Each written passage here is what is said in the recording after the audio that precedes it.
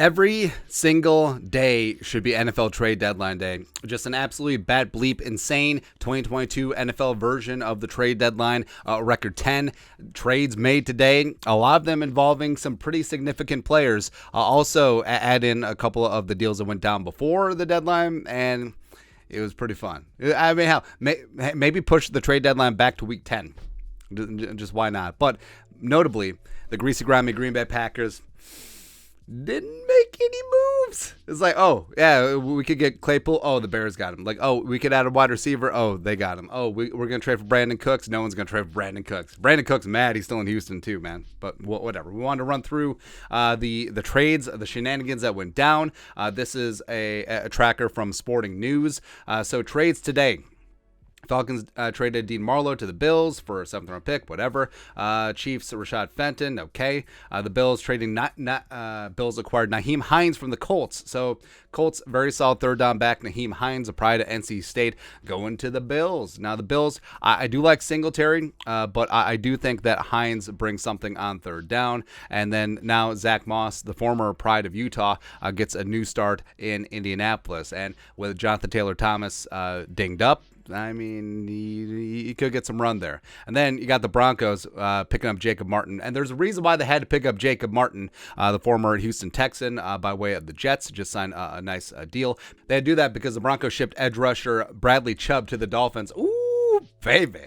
Baby. And also 2025 5th-round pick. We're doing 2025 picks now.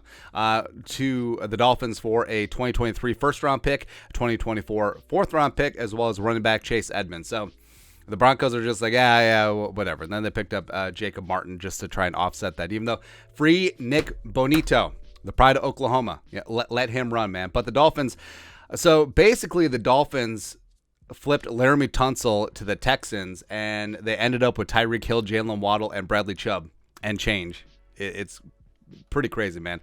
Now, what's really interesting is the Jaguars, who could use some more help at wide receiver, traded for suspended receiver Calvin Ridley. Now, remember, Ridley is actually suspended this year because when he was injured, he bet on his team, the Falcons, to beat the Jaguars, ironically, on an app, and now just like, okay.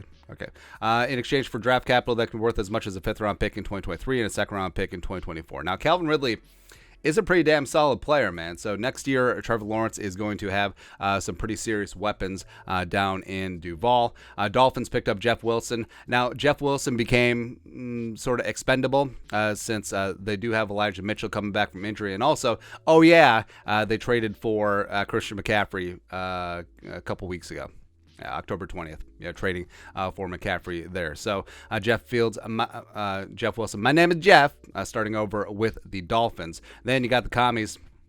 So they're going to cut cornerback William Jackson III, formerly of the Bengals, signed a pretty sizable $45 million contract with Washington and just never really got the time of day. And then he got shipped to the Steelers for what is probably going to end up like a very late day 3 draft pick. The Steelers traded Claypool, who... I mean, Claypool's got some upside, sure. He's got some maturity issues, yes. But going to that's actually incorrect. Going to the Bears for a 2nd-round pick in the 2023 draft. And remember, it's not the Ravens pick that they got for Roquan. It's the Bears pick. So I mean, the Steelers, they could have it made, man. And then it's here. Of course. Yeah, the Lions shipped T.J. Hawkinson in division to the Vikings for a swappy swap of a 2nd and a 4th, and a swappy swap of a 3rd and a conditional 4th that could turn into a 5th. So I'm okay with that.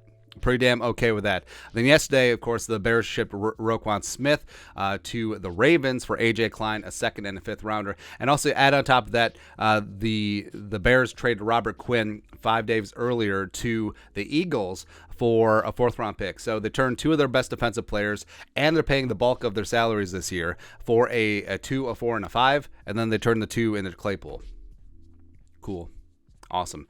Giants traded wide receiver Kadarius Toney, who could never stay healthy. Former pride of Florida, 1st-round pick. And now he goes to the Chiefs in exchange for a additional 3rd-round pick at 2023 6th-round pick. That's just the new regime. Just like, yeah, whatever. That's new GM Joe Shane and head coach Brian Daboll. Just like, no, whatever. You go. You go, man.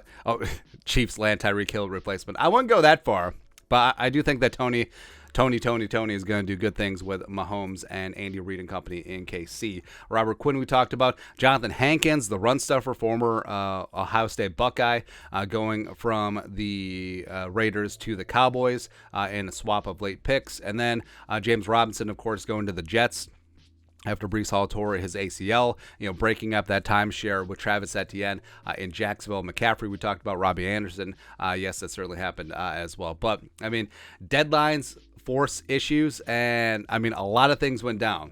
But unfortunately, no Brandon Cooks trade, so he's stuck in Houston, not really happy about it. No trades for the Packers, so Aaron Rodgers is like, oh, my receivers are hurt and injured, and we traded for nobody.